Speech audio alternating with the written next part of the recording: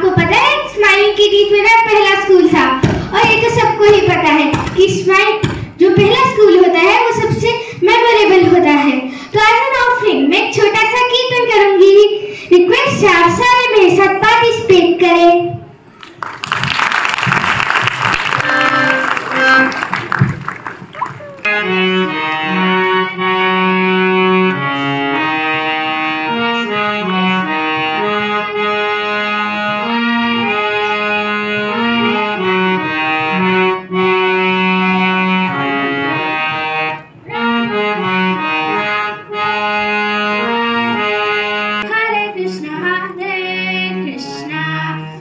Krishna Hare Hare Hare Rama Hare Rama Rama Rama Hare Hare Hare Krishna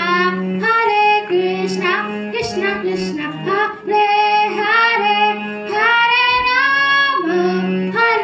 Rama Rama Rama Hare Hare।